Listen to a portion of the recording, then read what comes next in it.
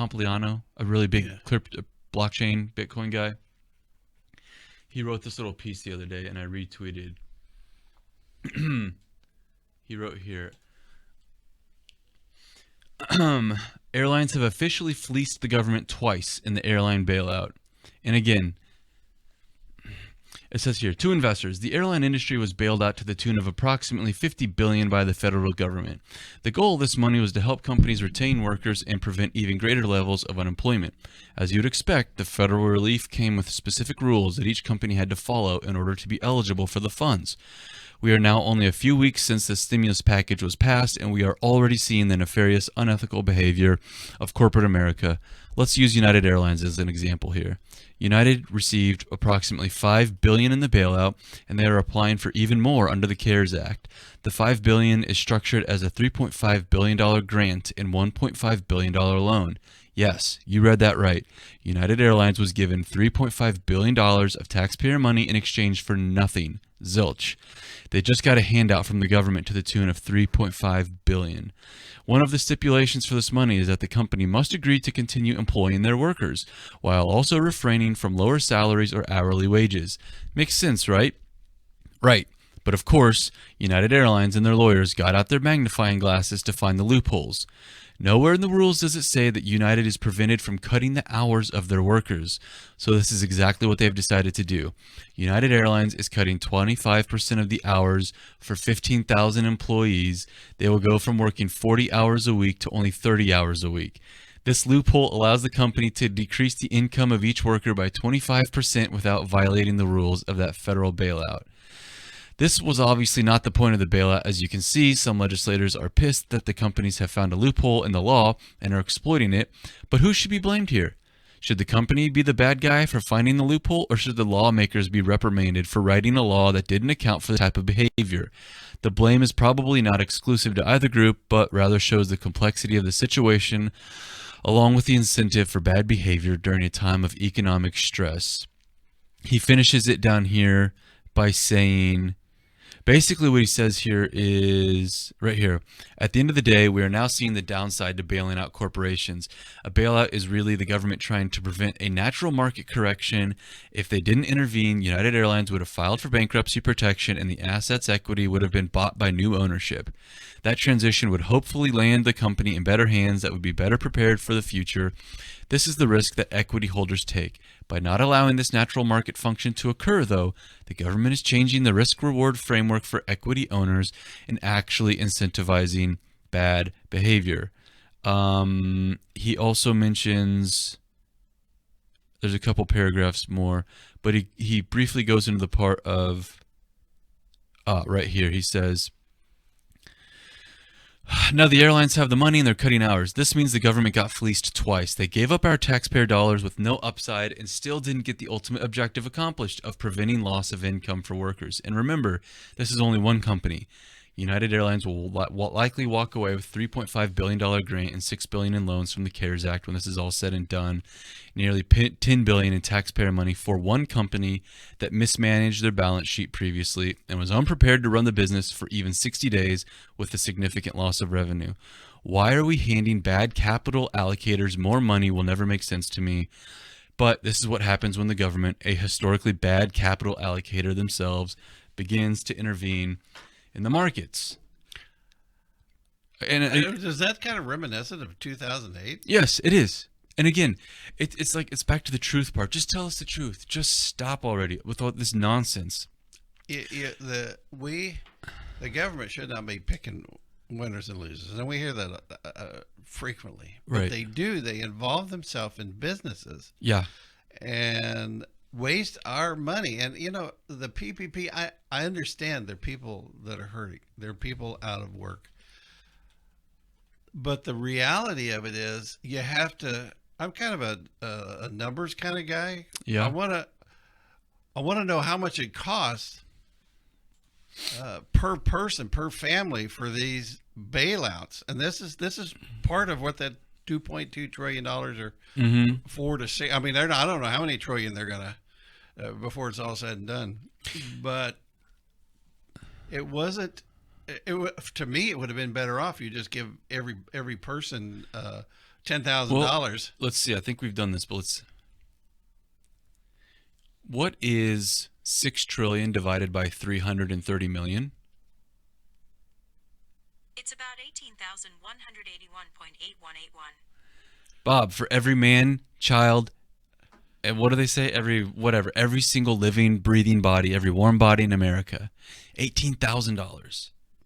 Talk about stimulating the economy. Yeah. Well, but you can't give them too much because people don't know how to handle their money. And granted, there are those that don't. Right. But there's a nation full of people that do, and you see them out on the streets. They're starting to realize in these protests, hey, we can't make it. You cannot keep us locked down because that $1,200 or $3,000 per family of four. I know. That can't keep us going. I know. No, I know. And I have people who send me private messages on my campaign, and they'll ask me, hey, I am in serious straits right now. What can I do? And I'm just like, and I tell them what I know and all the different resources, but it's like, okay, there's too many people now who are messaging me this. And again, it goes back to that thing of truth. Just tell the truth. Right now, Bob, because of my work in finance and whatnot, I follow and I get an email. It's almost daily about the private equity industry. Right now, the private equity industry is setting on trillions of dollars in cash globally. And the reason is because they just can't, kind of like what Warren Buffett says, I just don't see a great deal. You know what would be a great deal for all those trillions in private equity? Let all of these companies go bankrupt. Let the hotels go bankrupt. Let the airlines go bankrupt. Let the cruise ships go bankrupt. Let all of them, let Cheesecake Factory go bankrupt. And let the private equity come in, sell off assets, buy assets, retool it, renegotiate some of these, what the compensation packages that they had from 50, 60 years, and make a better product.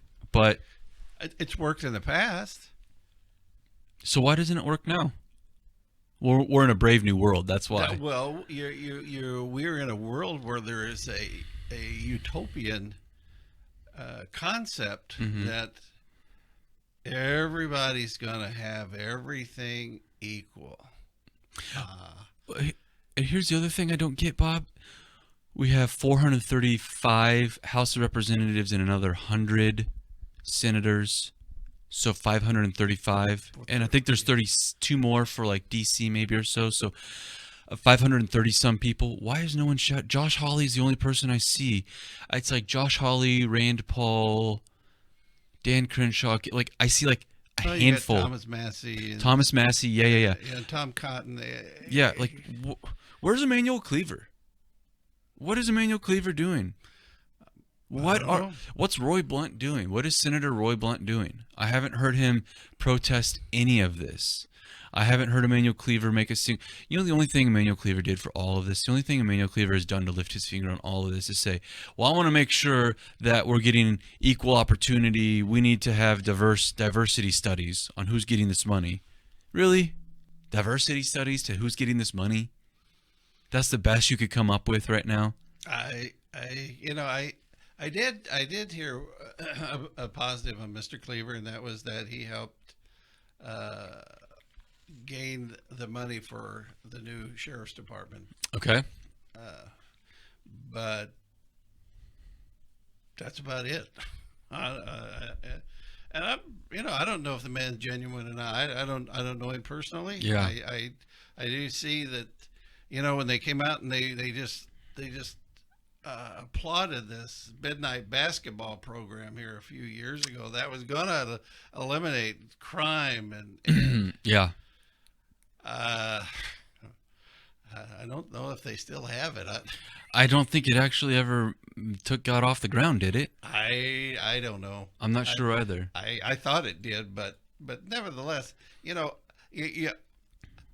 I as a constituent of Mr. Cleaver's, I recently have started receiving emails about the COVID-19, and prior to that, not so much. I've heard a lot of people who are not in his district and people who are like you in his district saying that they've started getting random emails in the last couple of weeks and robocalls in the last couple of weeks and random other type of outreach stuff. But they've said that in the past they've never ever heard from the guy. So. No. So yeah, but with the economic piece, I don't get it. I don't get it. Like, this is not what the conservative movement stands for.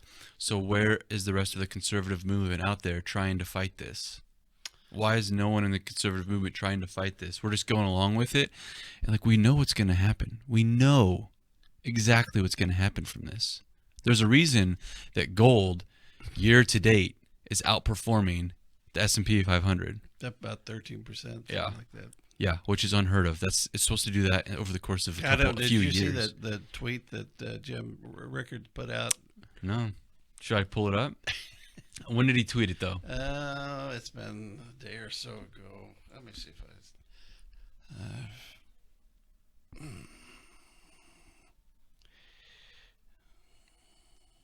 Yeah, he's mainly tweeting right now about Mike Flynn, but... Well, all right. Here's a couple of them. I'll just read it. He said there were two gold bull markets: 1970 to 1980 and 1999 to 2011. The first produced 2,200% gains, and the second produced 635% gains. A simple average is a 1,400% gain. Applied to the $1,050 per ounce bottom, December the 16th, 2015, yields $14,700 per ounce.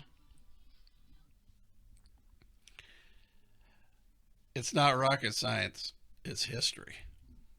And,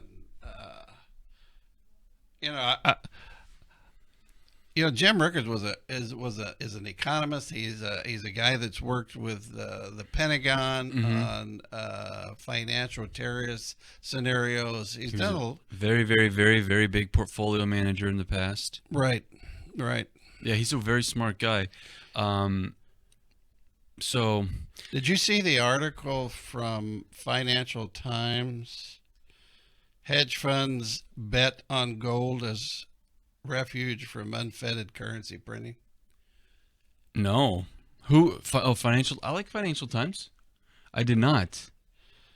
I just read a little snippet of it because Mr. Rickard refers to it. He says some of the world's largest hedge funds are raising their bets on gold, forecasting that central banks' unprecedented responses to coronavirus crisis will lead to devaluations of major currencies.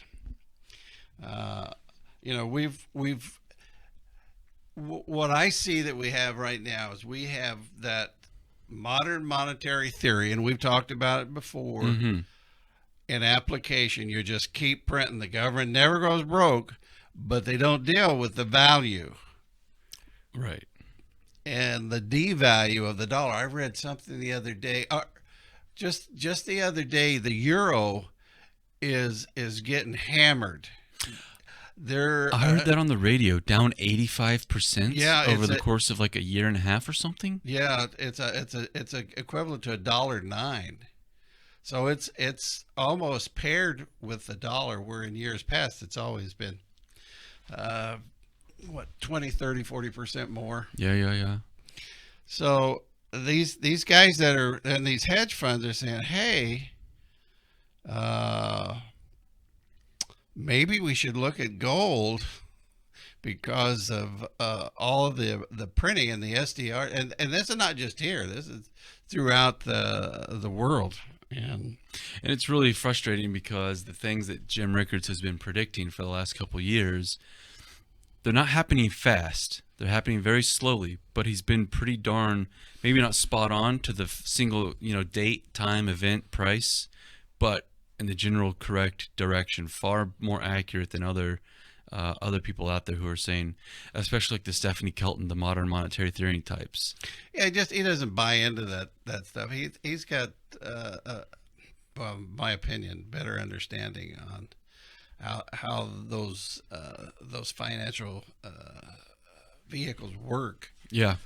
And I'm not saying go out and mortgage your house and buy gold, but I'm saying that you cannot, we can't, you can't keep printing money and print your way out of it. I know. It doesn't work.